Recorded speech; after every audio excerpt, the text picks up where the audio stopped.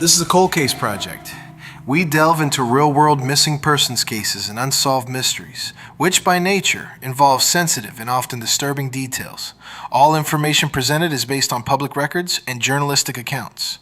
Viewer discretion is strongly advised. Welcome back to Cold Case Project. I'm Tony, and today we're diving into one of Minnesota's most perplexing missing person cases, a mystery that has baffled investigators for over 3 decades. Christopher Matthew Kersey, 17 years old, National Merit Scholar, varsity swimmer. The kind of teenager every parent would be proud to call their son. On Friday morning, April 20th, 1990, Christopher woke up complaining of a headache. He asked to stay home from school. His mother, believing her responsible son, agreed and left for work. When she returned that afternoon, she found a note. "Mom, something important came up. Back by 6, unless I get lost. Love, Chris." The word lost was underlined twice. Christopher never came home. His van was found abandoned in a remote forest 150 miles away. Inside, investigators discovered another note, and missing was his father's shotgun, but all the ammunition remained at home. In this comprehensive investigation, we'll examine every piece of evidence, every theory, and every strange detail in a case that defies explanation. This is the story of Christopher Kersey, the National Merit Scholar who vanished without a trace, leaving behind only questions, contradictions, and a family that refuses to give up hope. This is Cold Case Project.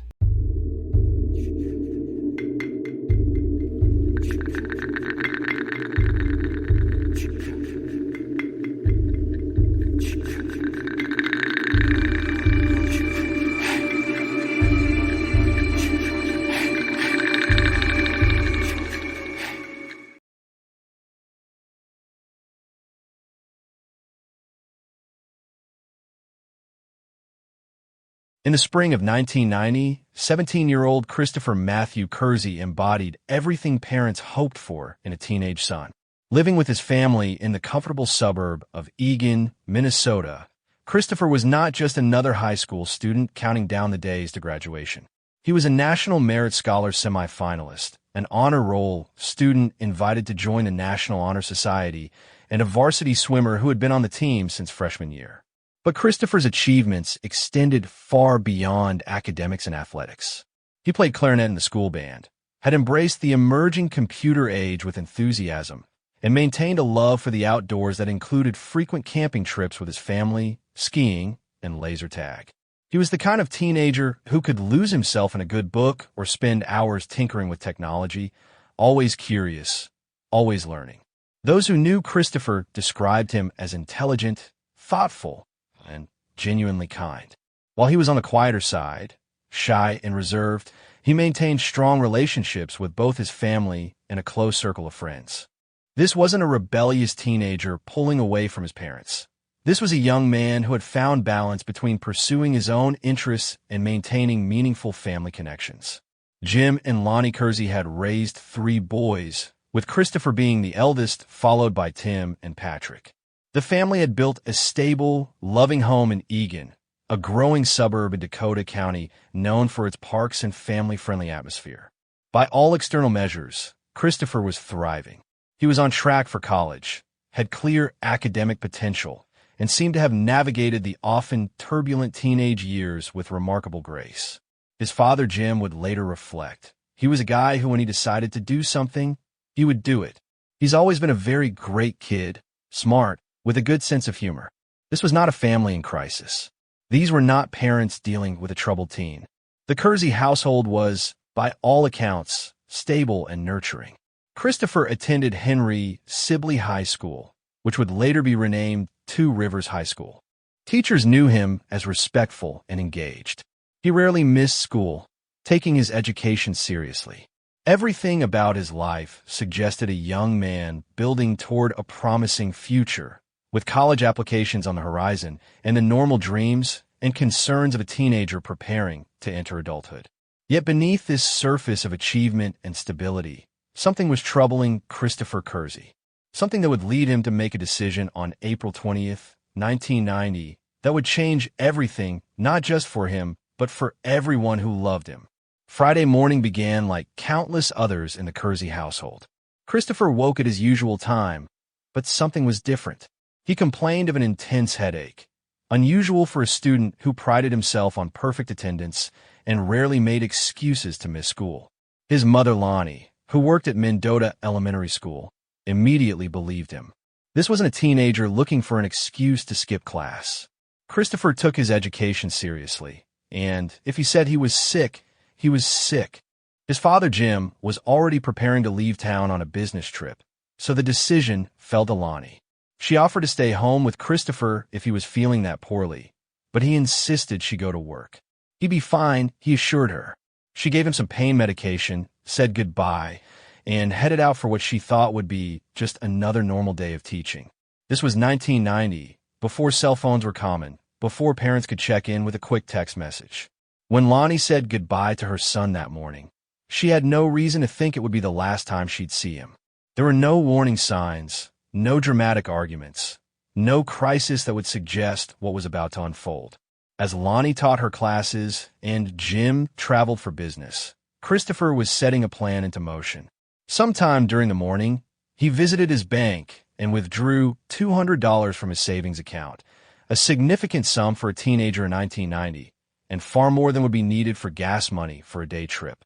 He also took his father's shotgun, a 1954 to 1956 model Mossberg 20-gauge bolt-action weapon.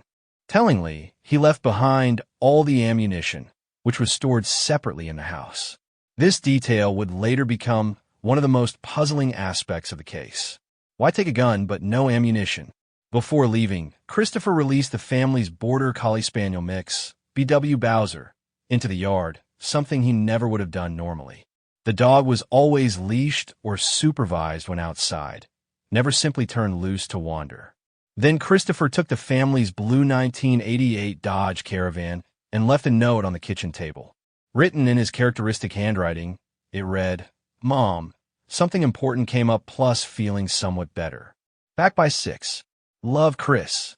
The word lost was underlined twice, a detail that would later be analyzed and reanalyzed by investigators and family members alike.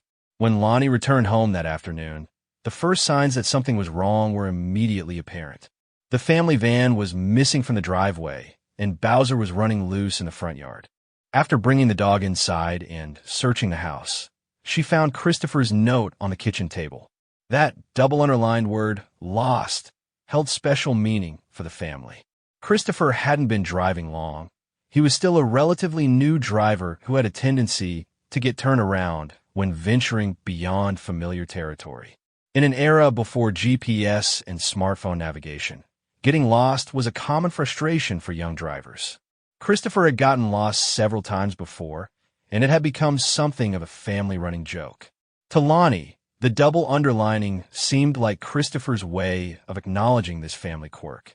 At first, it felt innocent, perhaps even endearing.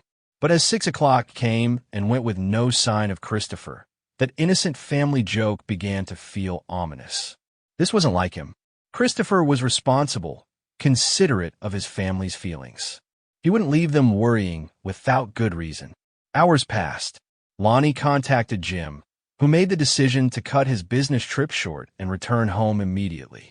At midnight, 12 hours after Christopher had promised to be home, his parents attempted to report him missing. They were told they had to wait 24 hours before filing a missing person report, a common policy that has frustrated families in countless cases. For Jim and Lonnie Kurz, that 24-hour wait felt like an eternity. They knew their son. This wasn't teenage rebellion or a spontaneous adventure. Something had prevented Christopher from coming home. The family's worst fears seemed confirmed the next day when they received a piece of mail that would haunt them for decades. The letter was postmarked from Duluth, Minnesota, a port city on Lake Superior about 150 miles northeast of Eagan. The handwritten letter, which his parents recognized as being in Christopher's handwriting, was devastating. In it, the writer claimed to be Christopher himself, stating that he had completely faked his illness to stay home from school and gain access to the family van. He said he had gone to not even I know where and revealed his intention to end his own life. He apologized to those who loved him, writing, "Take heart, because if just one person is better off for having known me, my life will not have been wasted." For Jim and Lonnie, reading these words was devastating beyond description. Jim would later recall, "I tell you, when people talk about their hearts sinking, I used to think that was some metaphor. It is not. You can be so torn up that your heart actually feels like it is dropping. It weighs a lot. It's a moment that I hope never to live through again." The letter raised immediate and troubling questions. If Christopher had written it, when had he been in Duluth? How had he gotten there? And most crucially, was he still alive when his parents were reading his words, or had he already carried out his stated intention? The timing was particularly cruel, as his parents were filing the missing person report and trying to understand what had happened to their son. They were simultaneously learning, through his own words, that he was planning to harm himself. 2 days after receiving the Duluth letter, on Sunday, April 22nd, authorities made another crucial discovery. The family's blue Dodge Caravan was found abandoned near the Continental Divide Wayside Rest on Highway 38, approximately 20 miles north of Grand Rapids in Itasca County. The location was significant for multiple reasons. Grand Rapids was where Christopher's grandparents lived. Though when contacted, they said they had neither seen nor heard from their grandson. The area was also remote, surrounded by the George Washington State Forest and near the Chippewa National Forest, exactly the kind of place someone might go if they wanted to disappear completely. Inside the van, investigators found the keys and another note, this one brief and practical, a simple statement identifying who the van belonged to. This second note puzzled investigators. If Christopher was contemplating harming himself, why leave a note about the van's ownership? Police could easily determine ownership through registration, license plates, or VIN numbers. Was this the action of a distraught teenager not thinking clearly, or was there another explanation?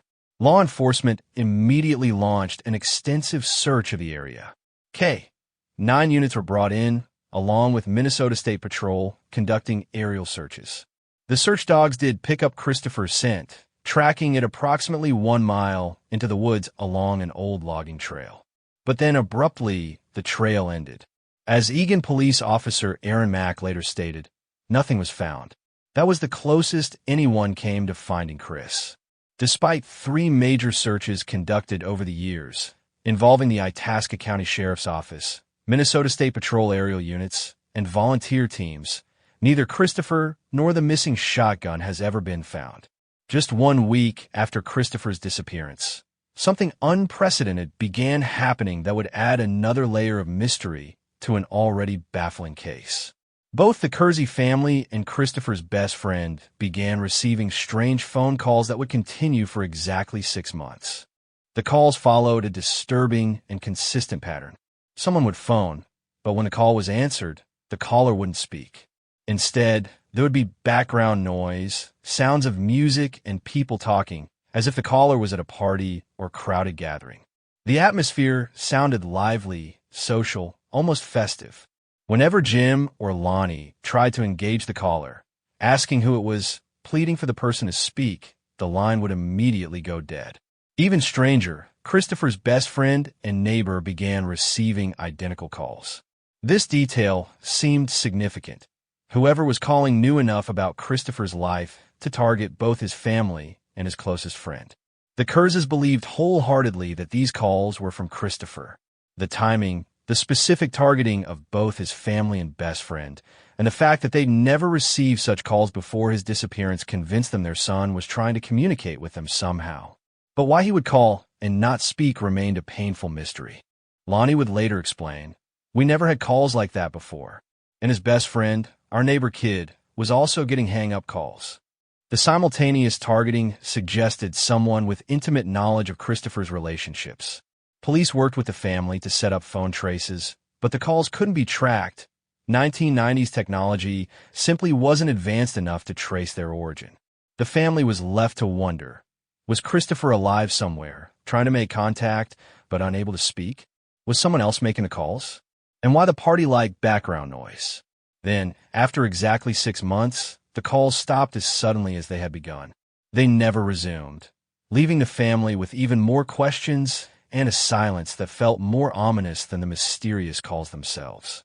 As investigators dug deeper into Christopher's disappearance, a picture emerged that was filled with puzzling contradictions. The physical evidence seemed to support multiple theories while definitively proving none. The missing Mossberg 20-gauge shotgun represented perhaps the most significant piece of evidence, yet it raised as many questions as it answered. Why take a gun without ammunition? Christopher had left behind all the shells, which were stored separately. If he was planning to harm himself, why forget the means to use the weapon? If he took it for protection, why would a responsible teenager like Christopher need protection? And from what? The $200 withdrawal from his savings account also defied easy explanation. In 1990, this was a substantial amount of money for a teenager, far more than needed for gas for a day trip. If Christopher was planning to end his life, why would he need money he'd never spend?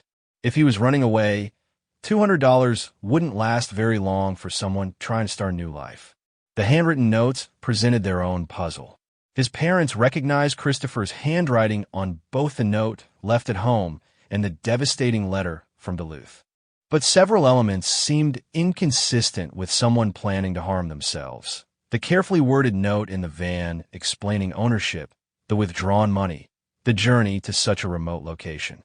Years later, a hunter reportedly found a gun matching the description of Christopher's father's weapon. Police believe it was likely the same gun, but could never prove it definitively. The discovery added another tantalizing near-miss to a case that seemed full of them. The scent trail that ended abruptly in the woods presented perhaps the most maddening evidence of all. The search dogs had definitively tracked Christopher's scent about a mile into the forest, proving he had been there. But where had he gone from that point? Why did the trail simply end? As the investigation progressed, three main theories emerged to explain Christopher's disappearance. Each had supporting evidence, yet each also had significant gaps that prevented investigators from reaching a definitive conclusion. Theory 1. Self-harm. Law enforcement has generally favored the theory that Christopher intended to harm himself, and the evidence supporting it is substantial. The explicit letter expressing these intentions, the missing shotgun, the remote location surrounded by vast wilderness areas, and Christopher's apparent journey into the woods all suggest someone seeking a secluded place to end their suffering. The timing also supports this theory. Christopher's disappearance occurred during a particularly difficult period for Minnesota families, just 6 months after 11-year-old Jacob Wetterling's kidnapping in October 1989. The psychological pressure on young people during this time was intense, and concerning behaviors among teenagers often spike following highly publicized tragic events. Some who have studied the case point to the unique pressures faced by perfect students like Christopher. The expectation to maintain excellence in academics, athletics, and music while navigating typical teenage pressures can become overwhelming.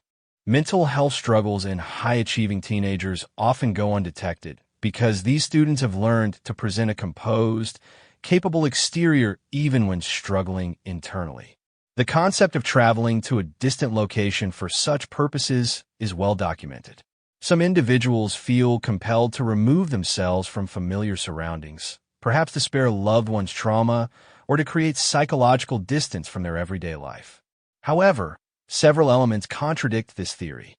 Why withdraw $200 if he planned to end his life?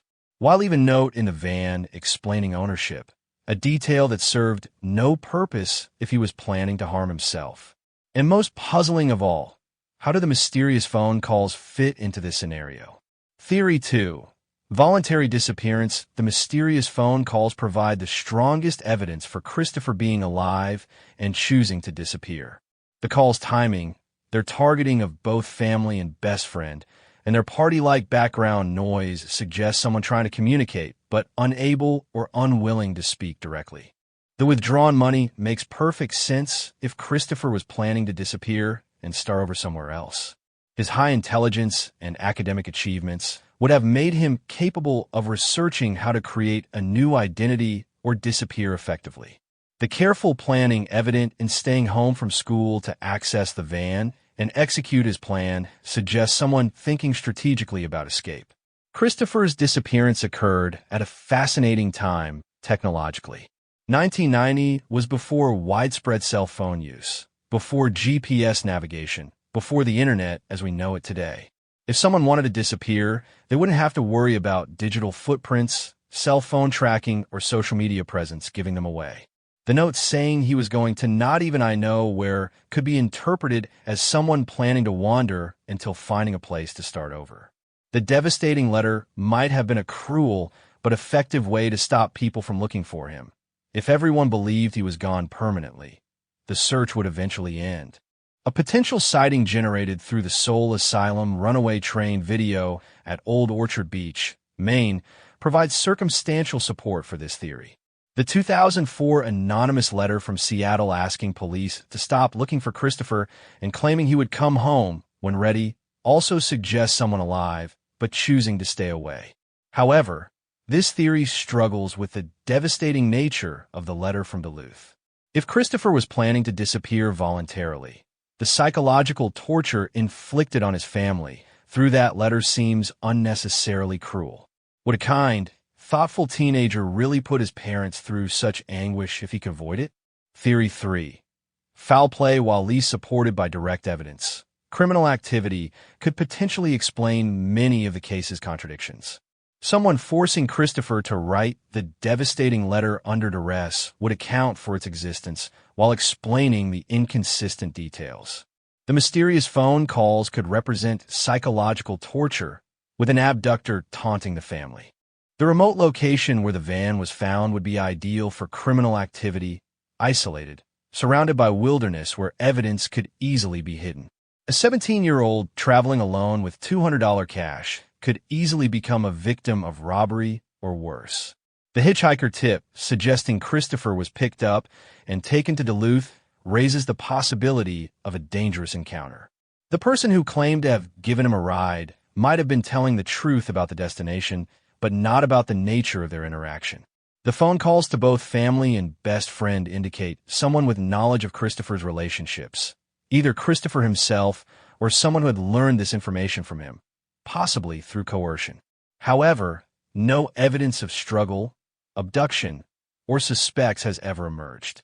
The carefully written notes, the methodical planning evident in Christopher's actions, and the lack of any signs of distress in his behavior before disappearance all argue against this theory. In 1993, 3 years after Christopher's disappearance, the case received significant national attention through an unexpected source. The Minneapolis rock band Soul Asylum featured Christopher in their music video for Runaway Train, which showcased 36 missing children and teenagers from across the country. The video proved remarkably successful in generating awareness and results. It received massive MTV airplay, reached number 5 on the Billboard Hot 100, and Christopher appears at the 326 mark in the original U.S. version. Of the 36 featured children, 21 were eventually found, 4 were discovered deceased, and 11, including Christopher, remain missing. The video generated multiple tips and potential sightings over the years, demonstrating both the power and limitations of media attention in missing persons cases. While it kept Christopher's case in public consciousness and generated leads, it ultimately couldn't solve the fundamental mystery of what happened to him. One potential lead from a video involved someone at Old Orchard Beach, Maine, who thought they had spent time with Christopher. Unfortunately, this lead didn't pan out, and Christopher remained among the unsolved cases from the video. The national exposure was both a blessing and a curse for the Kurz family. While it brought attention to Christopher's case and gave them hope that someone, somewhere, might have information, it also generated false leads and hoax reports that had to be investigated and ultimately dismissed. In 2004, 14 years after Christopher's disappearance, the Eagan Police Department received another mysterious communication that would reopen old wounds and generate new questions. An anonymous letter postmarked from Seattle, Washington, referred to Christopher as a guardian angel and urged authorities to stop searching for him, claiming he would come home when he was ready. The letter's writer was never identified, and investigators concluded it was likely a hoax. However, for Christopher's parents, even a hoax carried cruel implications. It gave them hope that their son might still be alive somewhere, choosing to stay away, while simultaneously tormenting them with the possibility that he was deliberately avoiding contact. The Seattle postmark was particularly intriguing. Why Seattle? Was there significance to this location, or was it simply chosen at random? The reference to Christopher as a guardian angel suggested either someone who knew him personally or someone who had followed his case closely enough to develop strong feelings about it. For the Kerrs family, the letter represented both hope and torment. If Christopher was alive and choosing to stay away, why wouldn't he at least let them know he was safe? The idea that their son might be deliberately avoiding them was almost as painful as the possibility that he was gone permanently. In 2016, Christopher's case experienced renewed attention following the resolution of another Minnesota missing child case that had haunted the state for nearly 3 decades. 11-year-old Jacob Wetterling had been abducted in St. Joseph, Minnesota, in October 1989, just 6 months before Christopher's disappearance. Jacob's case had become a defining trauma for Minnesota families, fundamentally changing how parents thought about their children's safety. When Christopher disappeared in April 1990, the Wetterling kidnapping was still fresh in everyone's minds, creating an atmosphere of fear and suspicion. After 27 years, Jacob's case was finally solved when his abductor, Danny Heinrich, led authorities to Jacob's remains as part of a plea agreement. The resolution of such a long cold case reinvigorated efforts in other Minnesota missing person cases, including Christopher's. The solving of Jacob's case was particularly significant because it demonstrated that even decades-old cases could be resolved through persistence, new technology, and sometimes unexpected breaks. For the Kerrs family, Jacob's resolution represented both hope and renewed anguish. Hope that their son's case might also be solved, but anguish that Jacob's family had found closure while they remained in limbo.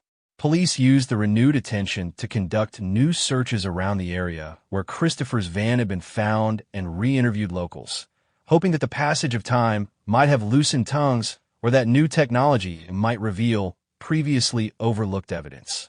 Unfortunately, these renewed efforts didn't produce the breakthrough Christopher's family had hoped for.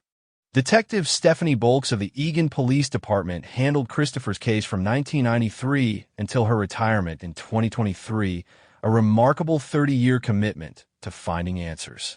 Throughout her career, she kept Christopher's photograph by her office computer, constantly looking for new leads, examining dental records of unidentified remains, and applying new technologies as they became available. Detective Bolk's dedication exemplified the commitment many investigators maintain to cold cases. She regularly checked national missing persons databases, followed up on tips that came in years or even decades after Christopher's disappearance, and worked with investigators from other agencies on case analysis. When Detective Bolks retired in 2023, Christopher's case was one of her top unsolved investigations, and she was genuinely disappointed to leave it unresolved. Her replacement, Detective Angela Casey, inherited not just a case file, but a decades-long commitment to finding answers for the Kerrs family. Detective Casey has stated, "There have been a lot of searches. We're committed to our community. It shows the message we don't give up easily." This commitment represents more than professional duty. It reflects the personal investment that officers often develop in cases involving missing children and the families who never stop hoping for answers. Christopher's disappearance occurred at a unique time in investigative history. 1990 was before many of the technological tools that have revolutionized modern missing persons investigations. There were no cell phone records to examine, no digital communications to trace, no electronic financial records beyond basic bank transactions. The case predated DNA databases, genetic genealogy, and many of the forensic advances that have solved numerous other Minnesota cold cases from the same era. Social media, which has become crucial for spreading information about missing persons and generating tips, didn't exist. At the same time, these technological limitations worked in favor of anyone who wanted to disappear, creating a new identity, traveling without leaving digital footprints, and avoiding detection were all significantly easier in 1990 than they would be today. Modern investigators working on Christopher's case must rely primarily on traditional detective work, re-interviewing witnesses, following up on old leads with new technology, and hoping that advances in forensic science might reveal answers that weren't available in 1990. The case has been entered into national databases, and Christopher's DNA profile is available for comparison with unidentified remains found anywhere in the country. His dental records are on file with the National Center for Missing and Exploited Children, and age-progressed photos are regularly updated and distributed. Throughout the 35 years since Christopher's disappearance, his family has maintained an unwavering commitment to finding answers.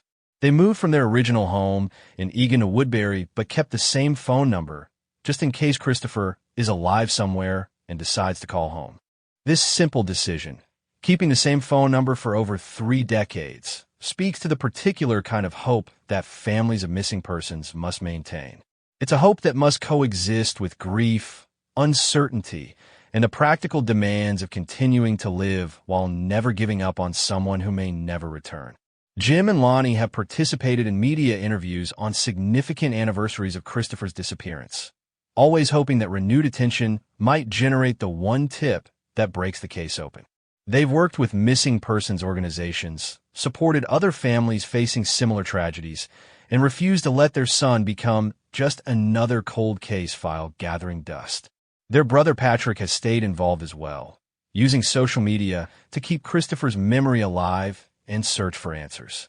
The family's commitment to keeping Christopher's story in the public consciousness has been unwavering, even as leads have dried up and years have passed without significant developments.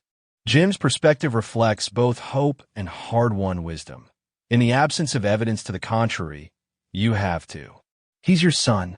This statement captures the impossible position of families in these situations.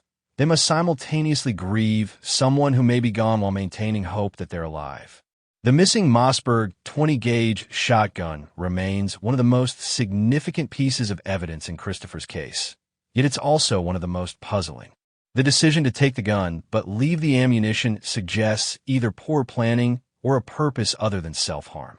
Firearms experts who have analyzed the case note that the specific model Christopher took, a bolt-action 20-gauge from the 1950s, would be distinctive and memorable to anyone who encountered it. Unlike more common hunting rifles or shotguns, this weapon would stand out to gun enthusiasts, pawn shop owners, or anyone else who might have seen it. The reported discovery of a similar gun by a hunter years after Christopher's disappearance generated significant interest, but without definitive proof that it was the same weapon, it remained just another near miss in a case full of them. Some investigators have theorized that Christopher might have taken the gun intending to sell it for money, which would explain both the lack of ammunition and the $200 withdrawal. A gun could potentially be sold for cash to fund an escape, though Christopher would have faced the challenge of selling a weapon as a minor without proper documentation. Others suggest the gun was taken for protection during what Christopher anticipated would be a dangerous journey. This theory aligns with the runaway scenario, but raises questions about what dangers a national merit scholar from suburban Minnesota would have anticipated. The devastating letter postmark from Duluth represents a crucial piece of the puzzle, yet raises as many questions as it answers. Duluth's significance to Christopher, if any, remains unclear. While at a major port city on Lake Superior with easy access to Canada and the broader Great Lakes region, there's no evidence Christopher had connections there.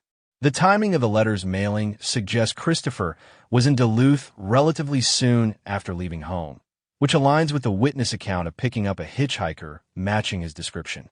The journey from Grand Rapids to Duluth is approximately 80 miles, a reasonable distance for hitchhiking. If Christopher did write the letter voluntarily, the decision to mail it from Duluth rather than leave it with the van suggests either sophisticated planning or a change in his intentions. Why travel to Duluth specifically to mail such a devastating message? Was there something about that city that felt appropriate for such a final communication? Over the years, Christopher's case has generated hundreds of tips, potential sightings, and investigative leads. Each has been carefully examined, and each has ultimately led to a dead end.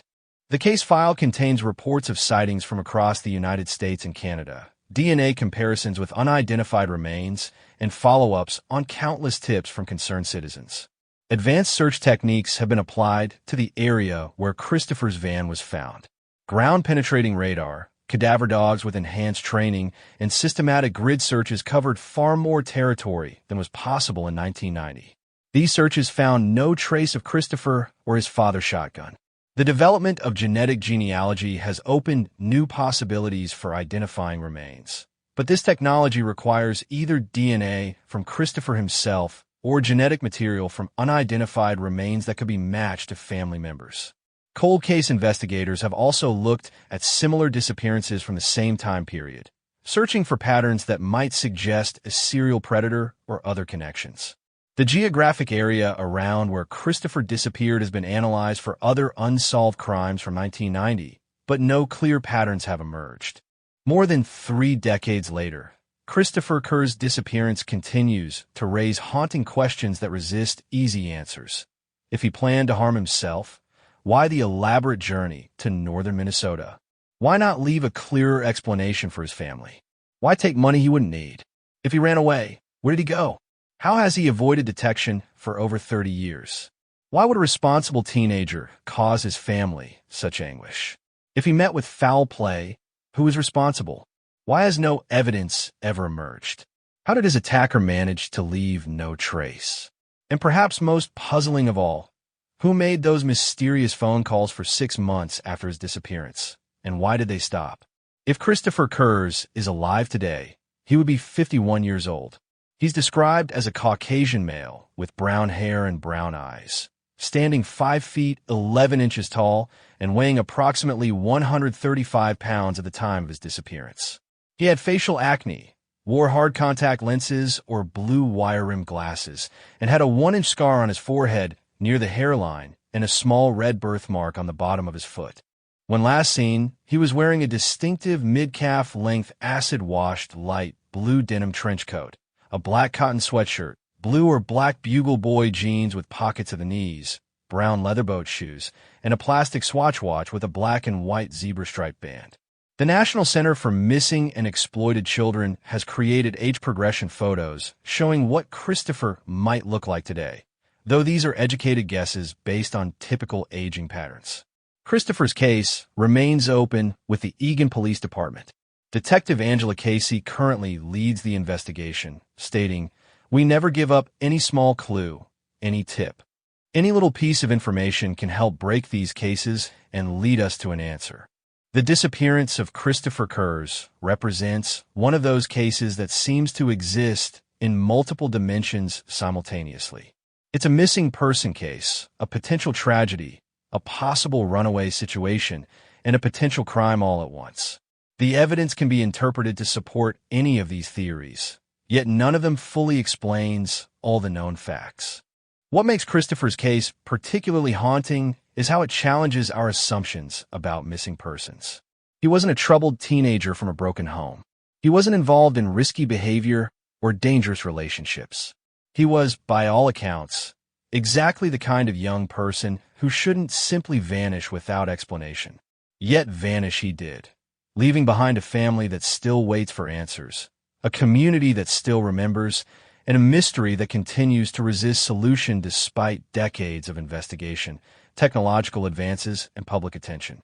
The case reminds us that even in our modern world, with all our surveillance systems and communication networks, people can still disappear completely. It shows us that sometimes the most ordinary day can become the pivot point for an extraordinary tragedy. And it demonstrates the enduring power of love, as Christopher's family continues their vigil more than 3 decades later. Perhaps someday, someone will come forward with information that finally explains what happened to Christopher Kerr on April 20th, 1990. Perhaps new technology will reveal answers that have been hidden for over 30 years. Or perhaps Christopher himself will emerge from wherever he's been and finally provide the resolution his family has sought for so long. Until that day comes, Christopher Kerr remains what he became on that spring morning in 1990. A teenager who left home with a headache and never came back, taking with him the answers to questions that have haunted everyone who knew him, and many who never met him but were touched by his story. The boy who worried about getting lost became lost himself, not just physically, but lost to time, lost to understanding, lost to all attempts to bring him home. In the end, perhaps that double underlined word in his note was more prophetic than anyone could have imagined. Christopher Kurz got lost in a way that no map could ever help him find his way back from. And 35 years later, he still hasn't been found. Current contact for tips: Detective Angela Casey at Angela. Casey at egan.gov or Egan Police Department at 675-5700. National Center for Missing and Exploited Children, 1-800-THELOST. Remember, it's never too late for justice, and it's never too late for families to find the answers they deserve.